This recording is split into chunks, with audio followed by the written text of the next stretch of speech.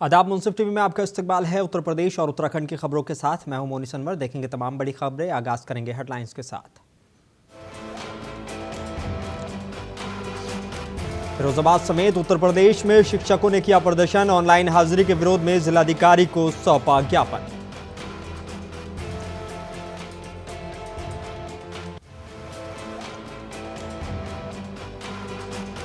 लखीमपुर खीरी में बाढ़ की वजह से नहीं मिला था इलाज। छात्रा शिवानी के शव को कंधे पर लाए थे भाई। कांग्रेस नेता अजय राय ने परिवार से की मुलाकात।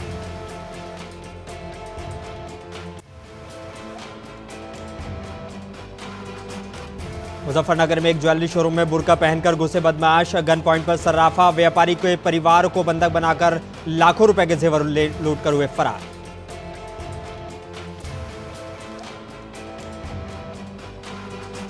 और रामपुर में सीआरपीएफ भर्ती के दौरान 2 पेपर सॉल्वर को पुलिस ने किया गिरफ्तार। पुलिस अधीक्षक विद्यासागर मिश्र ने दी जानकारी।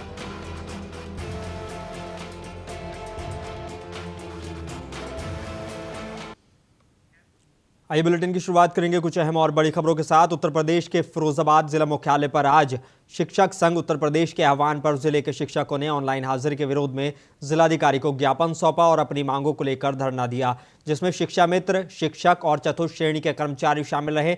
शिक्षकों की मांग थी कि हमारी जो मूल मांगे हैं पहले उनको पूरा किया जाए और हम ऑनलाइन हाजिरी जो सुबह दोपहर शाम को देनी है उसका विरोध करते हैं। सरकार से अपना फैसला वापस लेने को कहते हैं। धरने में जिले के हजारों की संख्या में शिक्षक और शिक्षा मित्र शामिल रहे। ऐसा काला आदेश जारी किया गया है कि शिक्षकों की ऑनलाइन हाजिरी सुबह दोपहर शाम और सारी पंजिकाएं डिजिटलाइजेशन करने का एक आदेश जारी किया है, जबकि हमारी भौतिक समस्याएं हैं उनको वर्षों से लंबित है, उन्हें कतई उस पर ध्यान नहीं दिया गया, न उनका समाधान किया गया। 2016 से कोई प्रमोशन नहीं हुआ। हमने मांग की थी कि भाई हम एक पद पर 10-10 साल से 15-15 साल से काम कर रहे हैं, लेकिन कोई पदोन्नति नहीं, कोई ट्रांसफर नहीं, कोई समायोजन नहीं। हमने कहा हमारी 14 CL से बढ़ा के हमारी 30 CL कर दी जाए, तो कम से कम शिक्षक EL कर दी। 8 जुलाई से उत्तर प्रदेश सरकार द्वारा परिषदीय विद्यालयों में सभी पत्रावलियों के डिजिटल करने के उपस्थिति ऑनलाइन करने के आदेश हुए हैं, जिसको लेकर जौनपुर में भी शिक्षक संघ भारी विरोध करते हुए और आंदोलन करते हुए नजर आए। लेकिन सरकार की निरंकुशता को देखते हुए प्रदेश स्तर पर सभी शिक्षक संघ, शिक्षा मित्र संघ और अनुदेशक संघ और कर्मचारी संघों ने एक साथ मिलकर शिक्षक और शिक्षा मित्र अनुदेशक कर्मचारी संयुक्त मोर्चा उत्तर प्रदेश के बैनर तले एकजुट होकर संघर्ष का ऐलान किया है, जिसने आज मुख्यमंत्री के नाम एक ज्ञापन जिलाधिकारी के माध्यम से सौंपा गया है।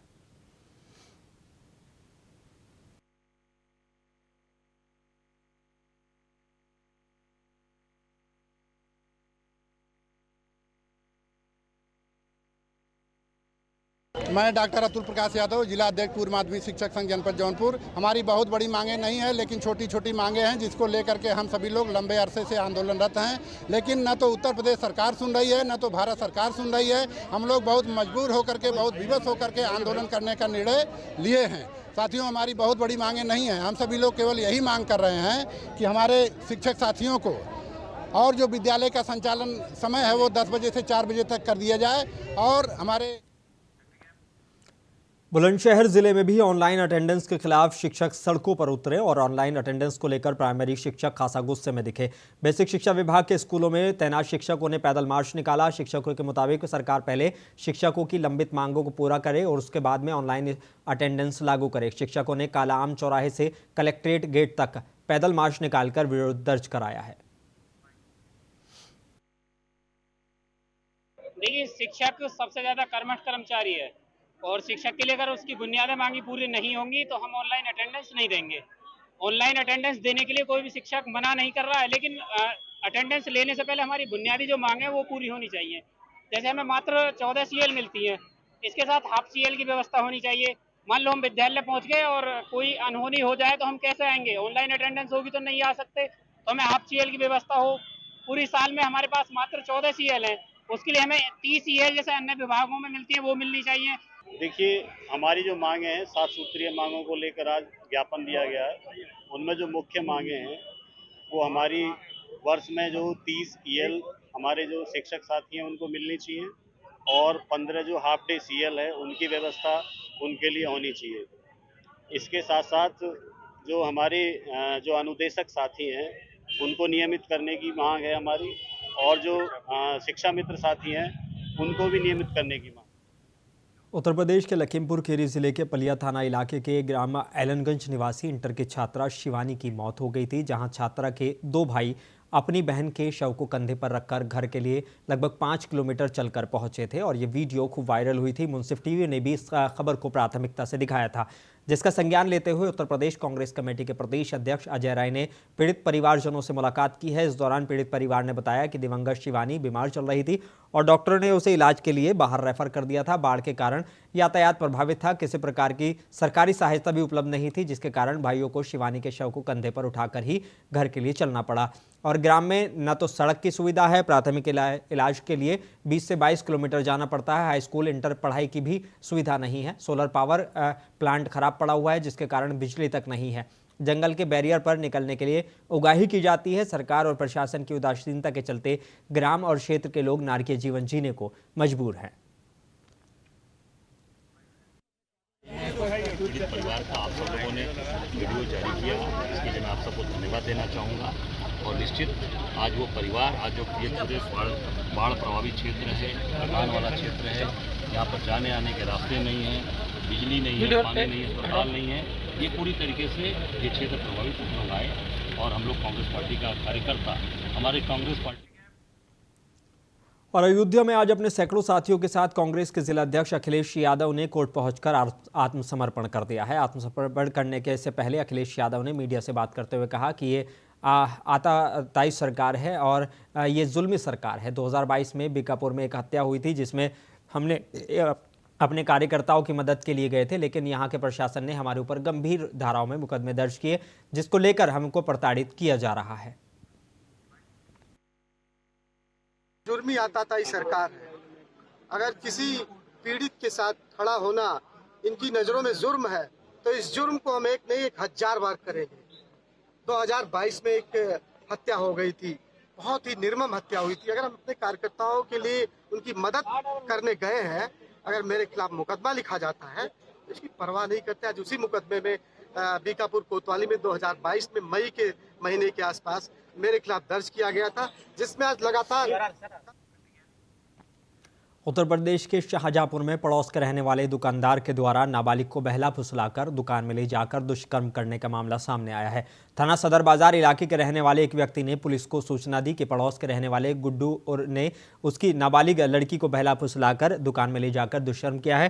थाना सदर बाजार प्रभारी के निर्देश पर उप निरीक्षक मोहम्मद मतीन खान ने पुलिस टीम के साथ आरोपी गुड्डू को गिरफ्तार कर जेल भेज दिया है।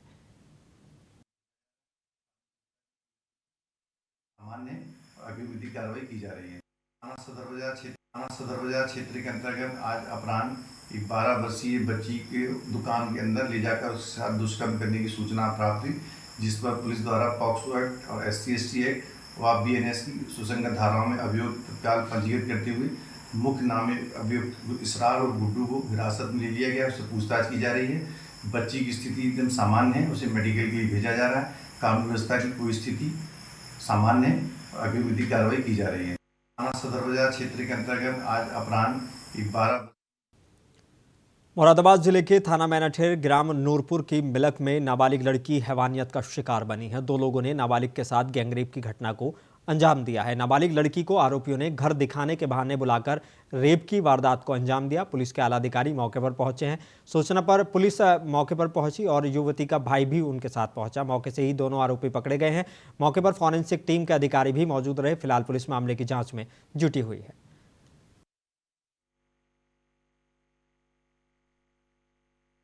आज दिनांक 15/7/2024 को करीब 12 बजे मुरादाबाद जनपद के मैनाठेर थाने को सूचना मिली कि एक मकान में दुष्कर्म किया जा रहा है। पुलिस सूचना मिली और पुलिस मौके पर पहुंची और वहां पर पहुंचकर फॉरेंसिक टीम को बुलाया गया और अभियुक्तों को गिरफ्तार किया गया। जांच में पता चला कि 2 व्यक्ति, जिसका एक का नाम है गेंदा लाल और दूसरे का नाम है आदेश, कि पागबाड़ा सब्जीपुर के रहने वाले, जो पड़ोस में रहने वाली एक लड़की को ये कहकर लेकर आए अपने साथ कि उनका मकान का निर्माण कार्य चल रहा है, उसको आपको मैं दिखा लाता हूँ।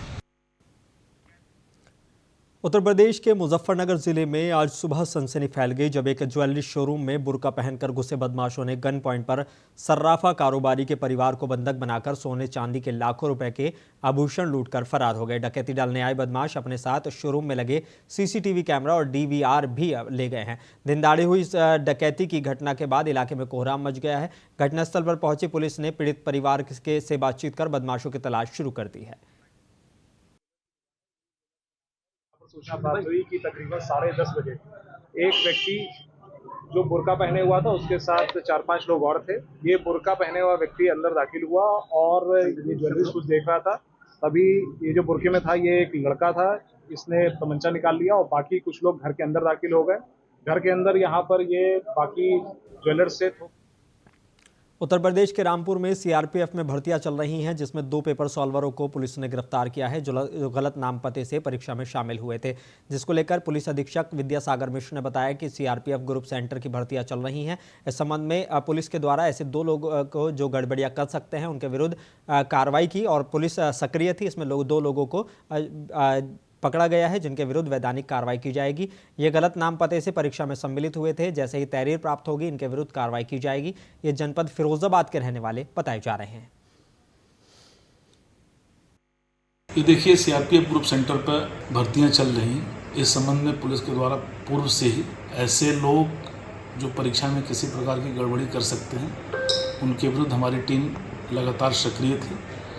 आज सीआरपीएफ ग्रुप सेंटर से हमें 2 लोगों को भेजा गया है जिनके विरुद्ध वैधानिक कार्रवाई की जाएगी। ये गलत नाम पते से परीक्षा में सम्मिलित हुए थे और अभी जैसे ही तहरीर प्राप्त हो रही है इनके विरुद्ध कार्रवाई की जाएगी। कहाँ के रहने वाले बताए जा रहे हैं सर? ये जनपद फिरोजाबाद के रहने वाले हैं।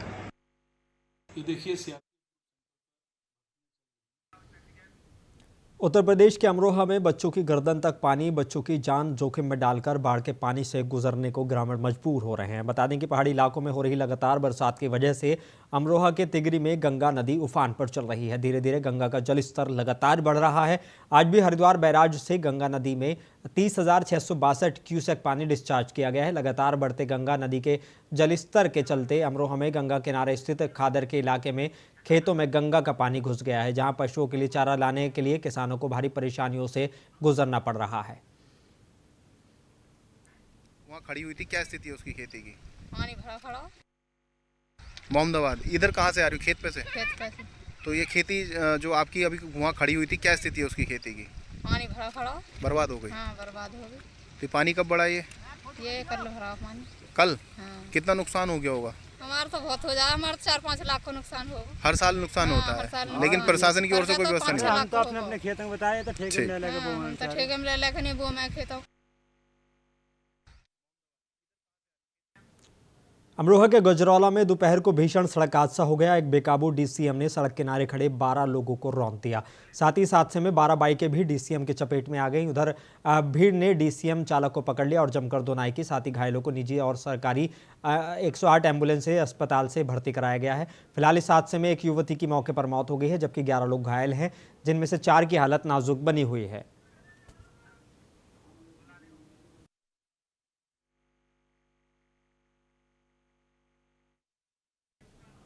कुशीनगर के बरवापट्टा थाने की पुलिस को सूचना मिली है कि रामपुर जमुनिया के टोला अशोकवा गांव में एक विवाहित महिला संदिग्ध परिस्थितियों में लापता हो गई है। पुलिस ने महिला के परिजनों से मिली तहरीर के आधार पर मुकदमा दर्ज कर जब जांच शुरू की तो पुलिस के होश उड़ गए। जिस महिला को 3 दिन से गायब विवाहिता को पुलिस खोज रही थी, उसकी हत्या कर उसके ससुराल वाले गाँव के बाहर एक गन्ने के खेत में दफनाकर आ गए थे। कुशीनगर पुलिस ने इसकी सूचना अधिकारियों को दी, जिसके बाद तुमकोहिराज के नायब तहसीलदार की उपस्थिति में शव को पुलिस ने गड्ढे से बाहर निकालकर पोस्टमार्टम के लिए भेज दिया है। पुलिस ने मृतका के पिता की तहरीर पर महिला के पति, ससुर समेत 3 लोगों पर दहेज हत्या समेत विभिन्न धाराओं में मुकदमा दर्ज कर आगे की जांच शुरू कर दी है। जनपद कुशीनगर के थाना बरवापट्टी पर 12/7/2024 को मुद्रिका राम द्वारा यह तहरीर दी गई कि उनकी पुत्री सुमित्रा उम्र 30 साल, जिनकी शादी पिंटू राम रहने वाले अशोका बुजुर्ग के साथ हुई थी, को दहेज के लिए उत्पीड़न किया जा रहा है एवं उनको कहीं गायब कर दिया है। तहरीर के आधार पर सुसंगत धाराओं में मुकदमा पंजीकृत किया गया एवं जांच शुरू की गई। मामला ये बाटे कि नैहर खैरवा बाजार है और शादी कलर नहीं है जाओ सोगवा और सुगम शादी हो ही रहल हुए, दहेज दिया ही रहल हुए आ फेन से 1 लाख रुपया और ही मांगत रहे लड़की से। तो लड़की जब बुलंदशहर में नकाबपोश 3 बेखौफ दबंगों ने स्कूल जा रहे छात्र पर मारपीट कर गोलियां चलाई हैं। दबंगों ने स्कूली छात्र पर 315 बोर के तमंचे से फायर किया है और तमंचे की बट से हमला कर घायल कर दिया। छात्र ने खेतों की तरफ भागकर अपनी जान बचाई। बेखौफ नकाबपोश दबंग घटना को अंजाम देकर फरार हो गए। गोली लगने से छात्र जो है वो बाल बाल बच गया और कक्षा 11वीं का छात्र परवाना निवासी सचिन वर्मा अपने घर से SVM इंटर कॉलेज खिरदरपुर में जा रहा था। गोली चलने की सूचना पर मौके पर पहुंची पुलिस ने घटना की जांच में जुटी हुई है। मामला ये थी, मैं स्कूल को आ रहा, 3 जने थे, बाइक पे थे। उन्होंने आगे पहले मेरा कॉलर पकड़ा है, फिर मतलब मेरे में उन्होंने घूसा भी मारे हैं और बट मारी है और मेरे ऊपर फायरिंग की है। अच्छा, बट कौन सी कैसी? वो 315 का कट्टा था। अच्छा, कितने लोग थे वो? 3 लोग थे, तीनों के पास थे और तीनों ने अपना मुंह काले से बांध रहा था, कपड़े से, काले कपड़े से। कोई लड़ाई या कोई किसी से? नहीं, मेरे साथ आज तक ऐसा कुछ भी नहीं हुआ। बाहर के 3 बच्चे थे जो कभी विद्यालय में पढ़े नहीं हैं, उन्होंने आके एक बच्चे के साथ छेड़खानी की, उसको थोड़ा पीटा पाटा भी और ये सुना मैंने कि उसके फायर भी की वहाँ पे। मैंने पुलिस को फ़ोन किया और दरोगा जी आए, उन्होंने जो है वो जाँच कर रहे हैं और स्कूल के बाहर का मैटर है, स्कूल के अंदर का मैटर नहीं है। उत्तर प्रदेश के जौनपुर में उप संभागीय परिवहन विभाग और यातायात विभाग द्वारा नगर के JCJ चौराहे पर डग्गामार वाहनों के खिलाफ चेकिंग अभियान चलाया गया। इस दौरान स्कूल कॉलेज की बसों से लेकर सरकारी बसों और अवैध रूप से सड़कों पर दौड़ रहे तमाम 4 पहिया वाहनों को सीज किया गया, तो कुछ को पेनल्टी लगाई गई है। बिना परमिट के वाहनों और स्कूल की बसों में अत्यधिक बच्चों के कारण भी बसों को सीज किया गया है।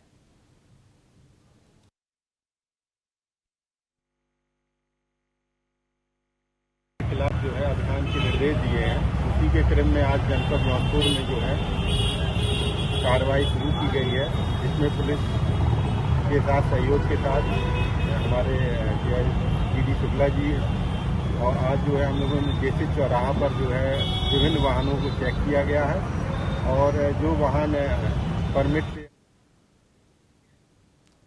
बरेली के फतेहगंज पूर्वी थाना पुलिस ने सर्विलांस और SOG पुलिस द्वारा मुखबिर की सूचना पर फतेहगंज पूर्वी के ग्राम उचसिया लखनापुर में चेकिंग के दौरान 25,000 के नामी वांछित 2 अभियुक्तों को रोकने का प्रयास किया, तो मोटरसाइकिल सवार दोनों अभियुक्तों ने पुलिस को देखकर फायरिंग करते हुए भागने की कोशिश की।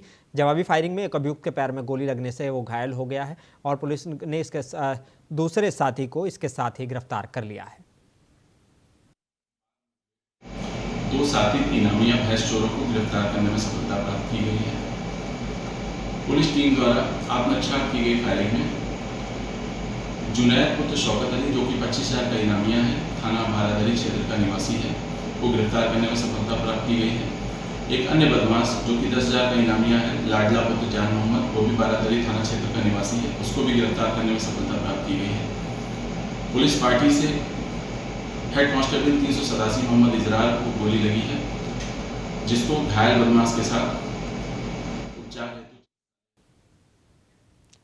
कानपुर पुलिस ने उत्तर प्रदेश से बर्खास्त किए गए एक ऐसे सिपाही और उसके एक साथी को गिरफ्तार किया है जो कि अंतर्राज्यीय वाहन चोर है, जिसके पास से 4 कार बरामद हुई हैं। एक प्रेस वार्ता करते हुए DCP पूर्वी श्रवण कुमार सिंह ने मीडिया को जानकारी दी है।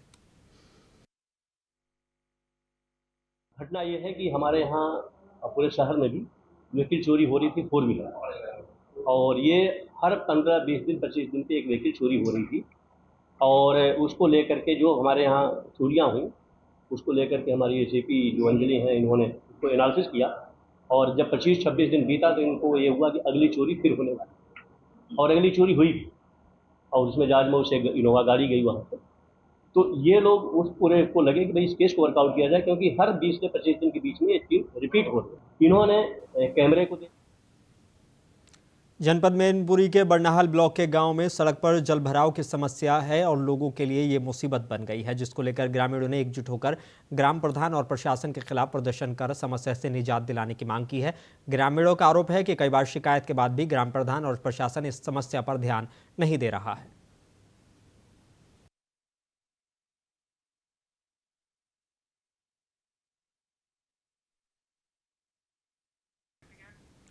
उत्तर प्रदेश के बांदा जिले के बबैरू कस्बे में इमाम हसन के बेटे हजरत कासिम दीन इस्लाम को बचाने के लिए 18 साल की उम्र में करबला में शहीद हुए थे, जिनकी याद में मुस्लिम समुदाय के लोगों ने मातमी धुन पर मेहंदी के साथ जुलूस निकाला, जिसमें या अली या हुसैन के नारे लगाते हुए जुलूस में हजारों की संख्या में लोग मौजूद रहे। मेहंदी पलंग निकालने की शुरुआत कस्बे के अतर्रा रोड से की गई, जिसमें मुख्य चौराहा होते हुए कमासिन रोड बड़ा इमाम बाड़ा पहुंचा, जहां सभी लोग मेहंदी पलंग के ढाल सवारियों का मिलाप करते नजर आए।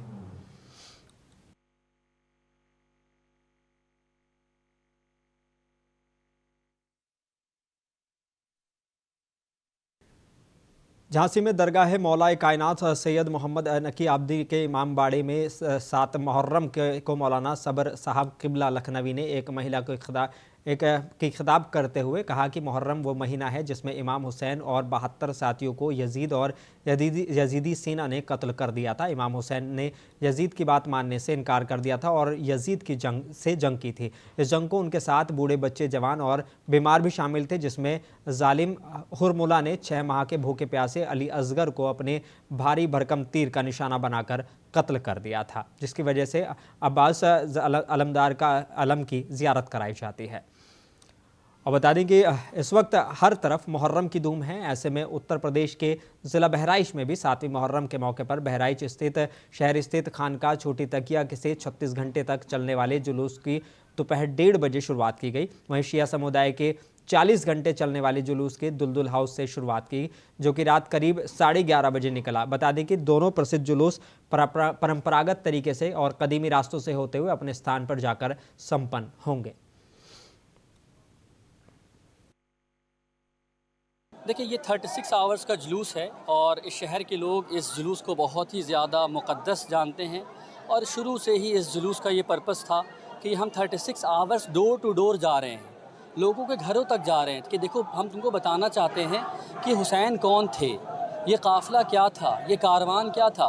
अब चाहे गर्मी का मौसम हो या जाड़े का मौसम हो, हम पैदल चलते हैं, घरों तक जाते हैं, आंसू बहाते हैं, अपने गम का इजहार लोगों के सामने करते हैं। और जो मेरे हिंदू भाई हैं, मुरादाबाद के सिविल लाइंस स्थित मिशनरी के टाइटस स्कूल और आवासीय परिसर को प्रशासन और पुलिस के साथ पहुंची नगर निगम की टीम ने अपने कब्जे में ले लिया। साथ ही परिसर में रहने वाले लोगों को 2 माह के भीतर परिसर खाली करने का नोटिस दिया है। इस दौरान परिसर में रहने वाले लोगों ने इस कार्रवाई का जमकर विरोध किया, लेकिन मौके पर मौजूद पुलिस बल ने उन्हें खदेड़ दिया। नगर निगम की टीम ने वहां पर गेट पर लगे बोर्ड को पहले हटाकर स्कूल के नाम पर टेप चिपकाया और बाद में विरोध कर रहे लोगों को कैंपस के अंदर जाते ही बोर्ड उखाड़ कर फेंक दिया गया। लखीमपुर खीरी जिले में पुलिस को एक बार फिर बड़ी कामयाबी हाथ लगी है, जहां पर पुलिस ने लूट में शामिल 2 अंतर्राज्यीय लुटेरों को गिरफ्तार किया है, जिनके पास से अवैध असला और लूट के रुपया भी बरामद हुआ है। बताया जा रहा है कि जिले के मोहम्मदी कोतवाली इलाके में मुखबिर की सूचना पर पुलिस ने गश्त के दौरान गोमती पुल के पास से शातिर लुटेरे मनोज कुमार को गिरफ्तार किया है और बता दें कि ये कटिहार बिहार का रहने वाला है, इसको भी गिरफ्तार किया गया है। खीरी जिले के गोला थाना इलाके में रह रहे थे, जिनके पास से लूटा हुआ लगभग 1,60,000 रुपए और अवैध असलाह बरामद हुआ है। उत्तर प्रदेश के जौनपुर नगर के मछली शहर पड़ाव निकट ईदगाह कोटा पॉइंट जली जौनपुर में मां Sharda digital education institute limited द्वारा ऑनलाइन एग्जाम सेंटर और डिजिटल लाइब्रेरी का शुभारंभ किया गया। सत्यप्रकाश सिंह, प्रबंधक टीडी इंटर कॉलेज जौनपुर ने ये इसका फीता काटकर शुभारंभ किया है। विशिष्ट अतिथि आशीष चौरसिया रहे, जिसमें उन्होंने कहा कि डिजिटल लाइब्रेरी का खुलना जौनपुर जिले के लिए गौरव की बात है।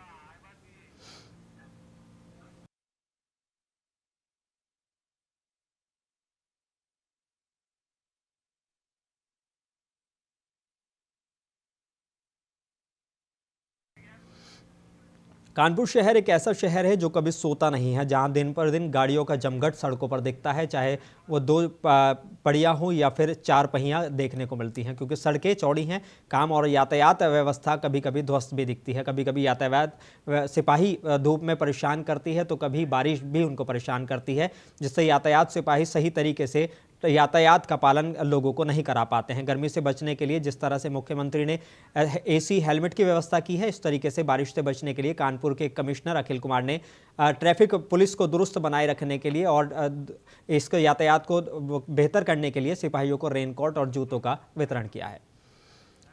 ट्रैफिक पुलिस की जो ड्यूटियाँ होती हैं बड़ी कठिन होती हैं, किसी भी मौसम में ड्यूटियाँ करनी पड़ती हैं। और इन सभी ट्रैफिक कर्मियों का मनोबल बढ़ाने के लिए माननीय मुख्यमंत्री जी हमेशा प्रेरित करते रहते हैं कि हम नए तरीके अपनाएं ताकि हमारे फोर्स से जो ग्राउंड पे हैं सहूलियत से ड्यूटी कर सके। हाल में ही डीसीपी ट्रैफिक ने एक अभिनव प्रयोग किया था, जिसमें एसी हेलमेट उन्होंने प्रदान किए थे। माननीय मुख्यमंत्री जी ने स्वयं एसी हेलमेट दे के यहाँ ट्रैफिक पुलिस कर्मियों का मनोबल बढ़ाया। उसी क्रम में अभी हाल में बारिश हुई है, तेज़ी से बारिश का मौसम शुरू हो गया है और अभी विगत दिनों में एक दिन बहुत तेज़ बारिश हुई और ट्रैफिक जाम लगा। जब हमने इस कारण की जानने की कोशिश की तो पता चला कि बारिश में ट्रैफिक कर्मी खड़े नहीं हो पा रहे हैं क्योंकि वो भीग जा रहे हैं और वो फिर अपना कोई शेड पकड़ लेते हैं, जिसके कारण समस्या होती है। उसको दूर करने के लिए हम लोगों ने उनको इस पर अध्ययन किया कि क्या कर सकते हैं, तो उसमें अच्छे शूज़ और अच्छे रेनकोट की आवश्यकता सभी के लिए पड़ी।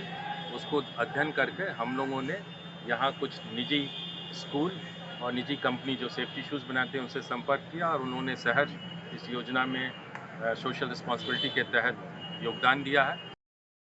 बुलेटिन में बस इतना ही। मुझे दीजिए इजाज़त। बने रहिए मुंसिफ टीवी के साथ।